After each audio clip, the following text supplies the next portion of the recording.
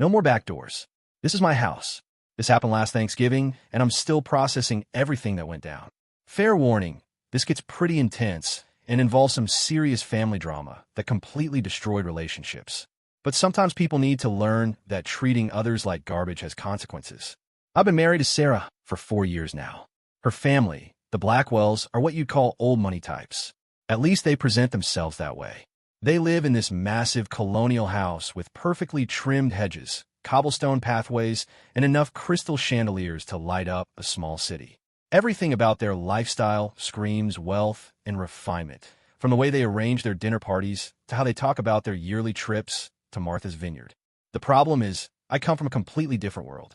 My dad worked construction his whole life. My mom cleaned offices at night to make ends meet. I put myself through college doing manual labor and gradually worked my way up in commercial real estate.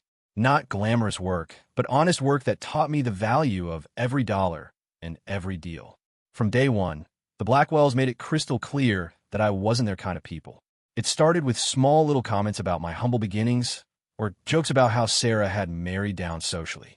They'd ask when I was going to get a real job in finance or law, completely dismissing the fact that I was actually doing quite well in property management. But the real humiliation came during family gatherings. Every single holiday, birthday party, or family barbecue followed the same degrading routine.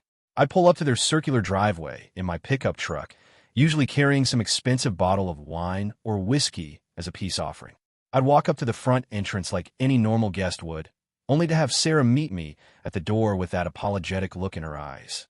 "Kitchen entrance today," she'd whisper, glancing back to make sure her parents weren't watching. "You've been working all day, and guests are using the front door. You understand, right?"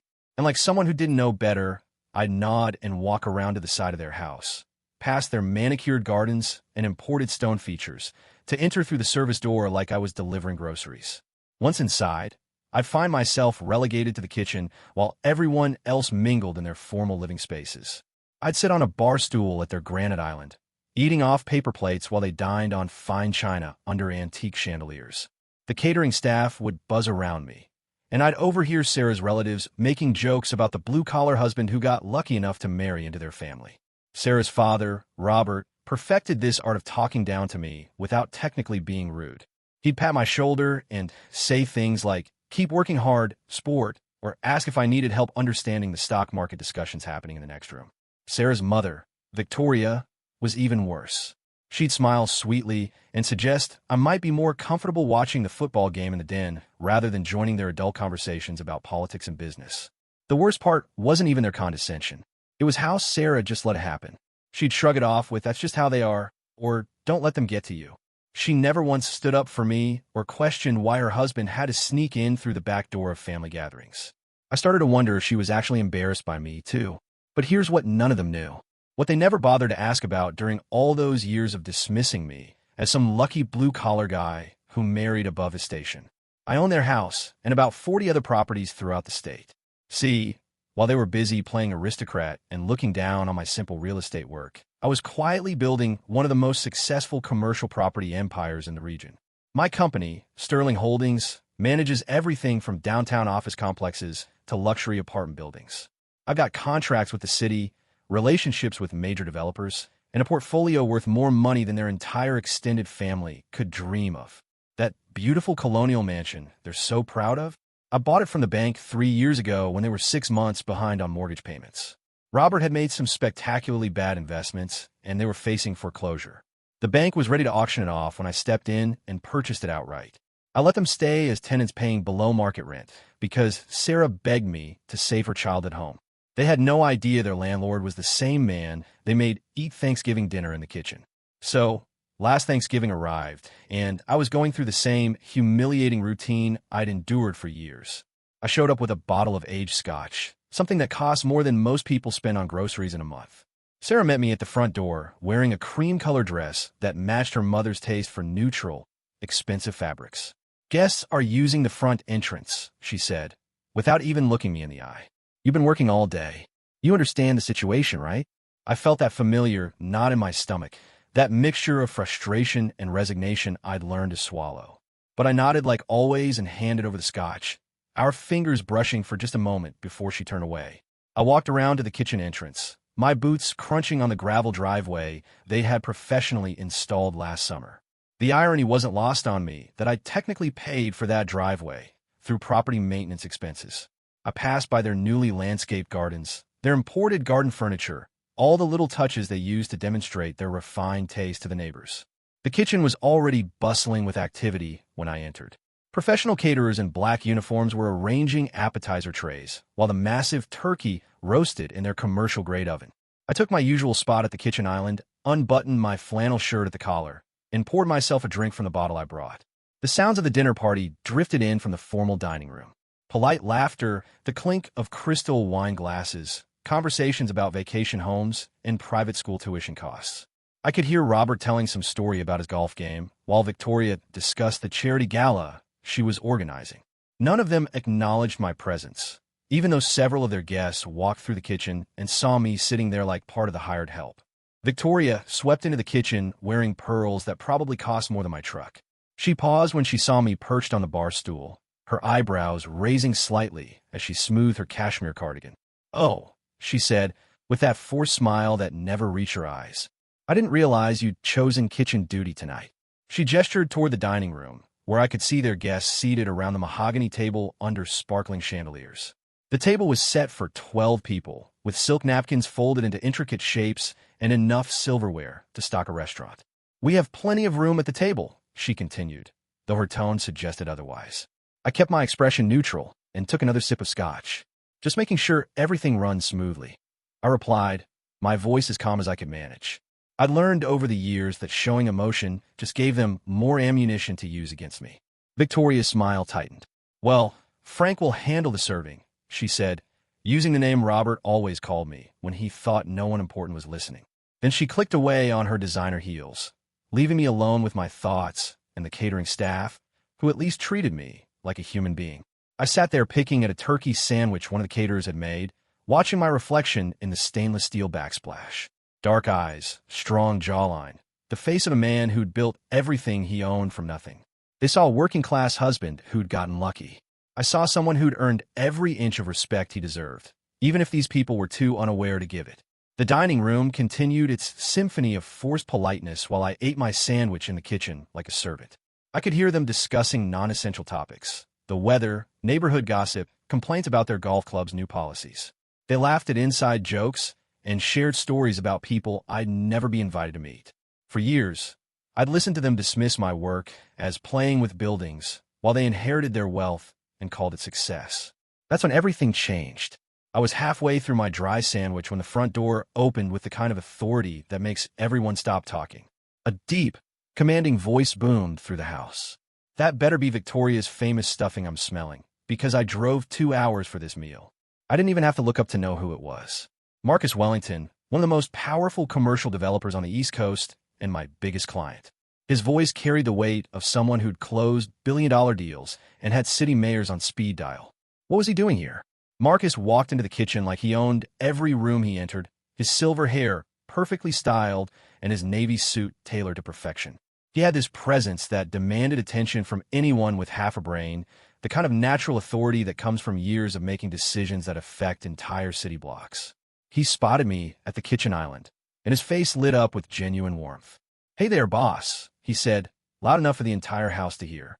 The word boss echoed through the kitchen and into the dining room like a thunderclap. The effect was immediate and devastating. The entire house fell silent. No more polite chatter, no clinking glasses. Even the oven seemed to stop humming. I could see Sarah in the doorway, her wine glass trembling in her hand, her face drained of all color. Behind her, Robert stood frozen with his napkin still clutched in his fist, his mouth hanging open. I stood up slowly and extended my hand to Marcus, keeping my voice calm and professional. "Good to see you, Marcus. Didn't expect to run into you here tonight." His grin widened as he clasped my hand in both of his, giving me that shoulder clap reserved for people he genuinely respected. "Wouldn't miss Victoria's Thanksgiving for anything," he said, completely oblivious to the tension filling the room. "Listen, I can't thank you enough for that Burlington project. Sterling Holdings made the whole deal possible." I could feel every eye in the house turning toward us. Sarah's sister had appeared in the kitchen doorway, her wine glass frozen halfway to her lips. Uncle Howard, who had once called me just a guy who got lucky, stood there looking like he'd seen a ghost. Marcus kept talking, his voice carrying easily into the dining room, where everyone was now straining to hear every word. The City Planning Commission was giving me trouble about those zoning variances, but your connections smoothed everything over. And don't get me started on the permit process. What should have taken 6 months, you got done in 3 weeks. He leaned against the kitchen counter, completely comfortable and unaware that he was dropping revelations with every sentence. I've been telling everyone in the industry, if you want real estate done right in this state, you call Sterling Holdings. This guy knows every commissioner, every inspector, every legal detail worth knowing. The silence in that kitchen was so complete, I could hear the antique clock ticking in the hallway. Victoria gripped the back of a dining chair so hard her knuckles went white. Robert made a strangled sound that died in his throat before it could become actual laughter. Marcus turned toward Robert with a puzzled expression. "Didn't realize the house was so quiet tonight," he said, gesturing around at the stunned faces. "Usually you folks keep things pretty lively during the holidays." Robert's voice cracked when he finally managed to speak. We didn't realize you two were so well acquainted." Marcus's eyebrows shot up in amusement. "Acquainted? I wouldn't have made half my deals this year without Sterling Holdings backing me up. Your son-in-law here runs one of the most successful property management companies in the region. I trust him with deals worth tens of millions." The word millions hung in the air like a physical presence. I watched as the reality of what Marcus was saying sank into every face around me.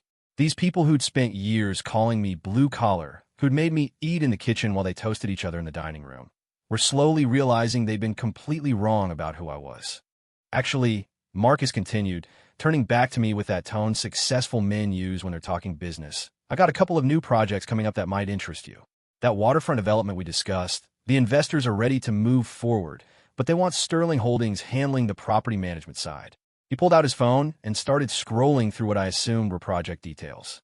"We're talking about a 50-unit luxury complex, plus retail space on the ground floor, the kind of project that could define a city's downtown for the next 20 years.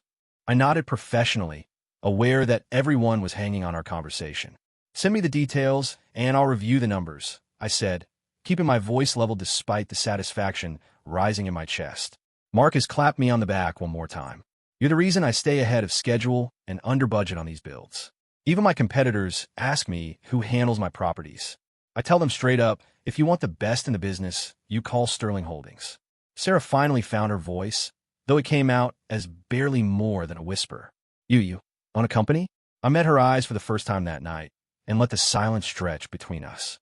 "Several," I said quietly. Victoria's wine glass slipped from her fingers and shattered on the kitchen floor, red wine spreading across the white tile. She stared at the mess for a moment, then looked back at me with an expression I'd never seen before, something between shock and disbelief.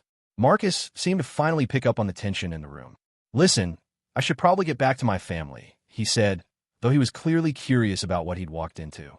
"But seriously, thank you again for everything this year. Sterling Holdings has been a game-changer for my business." After Marcus left, the kitchen remained frozen in stunned silence. Robert was still standing in the doorway, his face cycling through different shades of pale.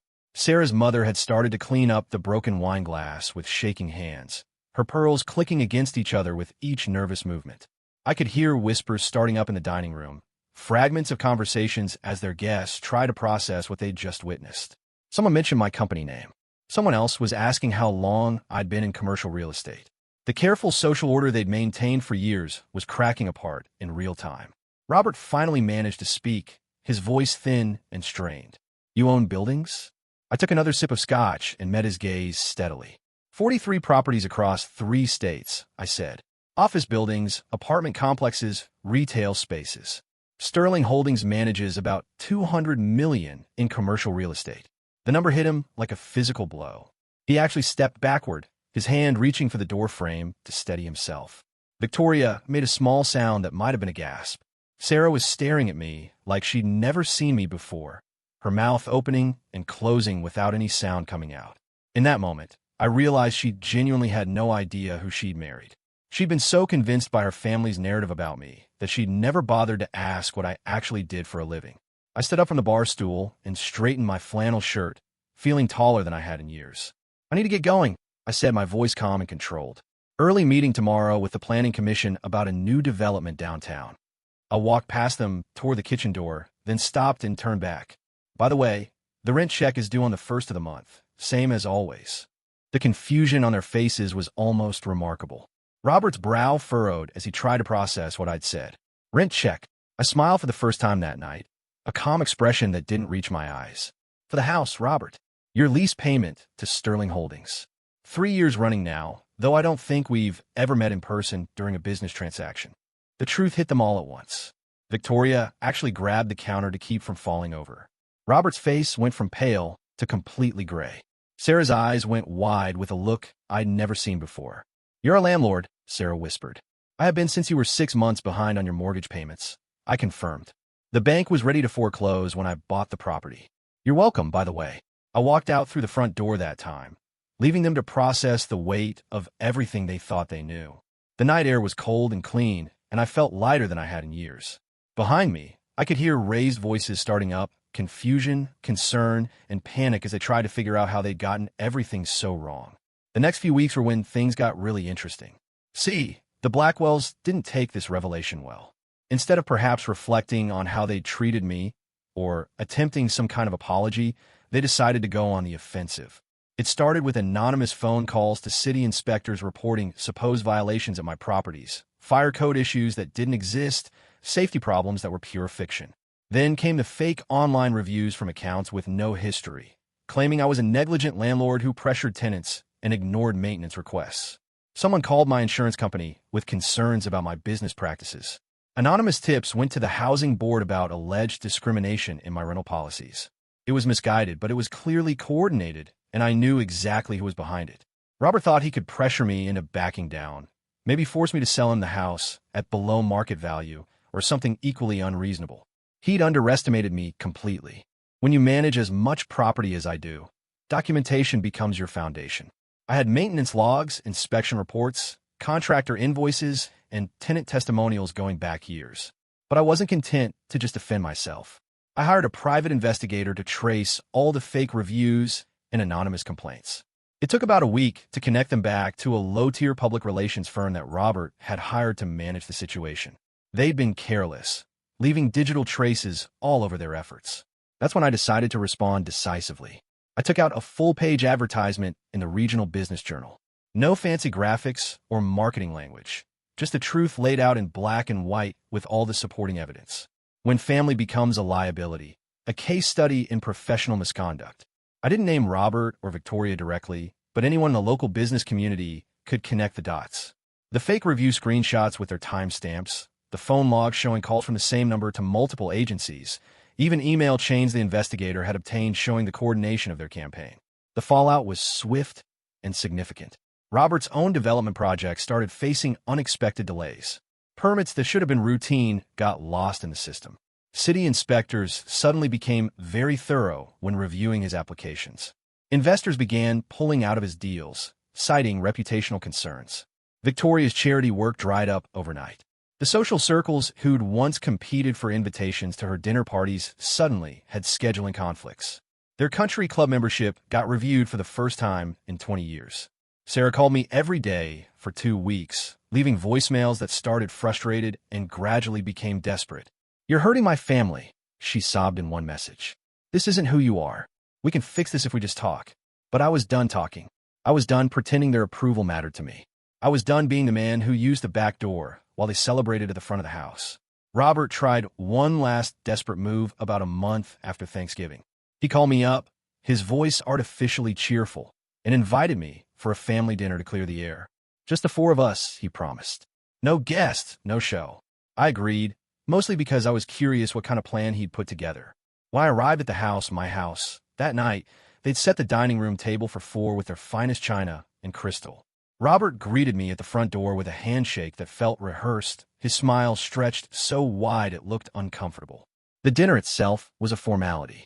Overcooked chicken, vegetables that had seen better days, and conversation so forced it was almost difficult to sit through. Robert waited until the plates were cleared before he made his pitch. We've been working on a new development concept, he began, pulling out a manila folder filled with architectural renderings and financial projections. Mixed-use space downtown, retail on the ground floor, luxury apartments above. We think it could be a real game changer for the city. He slid the folder across the table like he was presenting something extraordinary. Obviously, we need a partner with experience and capital, someone who understands the local market and has the right connections. I flipped through the pages, scanning the hastily assembled business plan and unrealistically optimistic financial projections. It was clear they'd thrown this together in desperation, hoping to somehow salvage their reputation by attaching themselves to my success. "Let me understand this correctly," I said, closing the folder and meeting Robert's eyes. "You want me to risk my company's reputation and capital on a project you put together last week, after spending months trying to damage my business with false complaints and misleading reviews?" Robert's expression shifted, but he tried to maintain his composure. "That was a misunderstanding," he said. "Family dynamics, you know how it is. This is business. This is our chance to work together, to build something as a family." I stood up, the chair scraping against their hardwood floors. "Family," I repeated, letting the word hang in the air. "Interesting how I suddenly became family when you found out I owned your house." Sarah reached across the table, her eyes glistening with tears. "Please, we can start over. Dad didn't mean for things to go so far." I looked at her, really looked at her, and saw someone who'd spent our entire marriage letting her family define who I was, without ever bothering to find out for herself. "No," I said quietly. "We can't start over, because this isn't where it started. This started the first time you made me walk around to the kitchen door. This started every time they call me lucky for marrying you, and you said nothing." I left the folder on their table and walked out through the front door, feeling like I was shedding an old skin. Behind me, I could hear Sarah crying and Robert's voice rising in frustration, but I didn't look back. The divorce papers were straightforward. No shared assets, since everything I'd built predated our marriage. No alimony, since Sarah had never contributed to the business. A clean break, simple signatures the end of a chapter 1 should have closed years earlier. Sarah signed without contesting anything. I think by that point she understood that she'd been married to someone she'd never really known, someone she'd never bothered to understand because her family's version of me was easier to accept. 6 months later, I terminated their lease. Nothing personal, just a standard 30-day notice citing my intention to renovate the property. They scrambled to find something else in their price range, which turned out to be considerably smaller than what they were used to. I heard through mutual acquaintances that Robert had to take a position working for someone else after his development company folded. Victoria started shopping at regular grocery stores instead of the gourmet markets she'd frequented for decades. They moved into a modest townhouse across town, a far cry from the colonial mansion they'd been so proud of. That house sits empty now while I decide what to do with it. I've thought about turning it into luxury apartments, or maybe selling it to another family who might appreciate its history. What I won't do is let people live there who think some folks deserve the front door and others belong in the kitchen. Sometimes I drive by their new place, a simple 2-story building in a development that would have unsettled them 5 years ago. I don't do it to gloat. I do it to remind myself of what happens when people mistake kindness for weakness, when they assume that quiet competence means you're not worth their respect. The Blackwells taught me something valuable during those years of humiliation and condescension. They taught me that some people will never see your worth, no matter how much you achieve or how patient you are with their narrow-mindedness. But they also taught me that building something real, something undeniably successful, gives you the power to walk away from people who don't deserve a place in your life. I've got a new woman in my life now, someone who knew what I did for a living before she knew my last name. She's never asked me to use a back door, never apologized for my work clothes or my truck. When I told her this whole story, she just shook her head and said the Blackwells were short-sighted for not recognizing what they had. Marcus still sends me deals, bigger projects than ever before. My company continues to grow, and I've never had to explain to anyone why I deserve a seat at the table.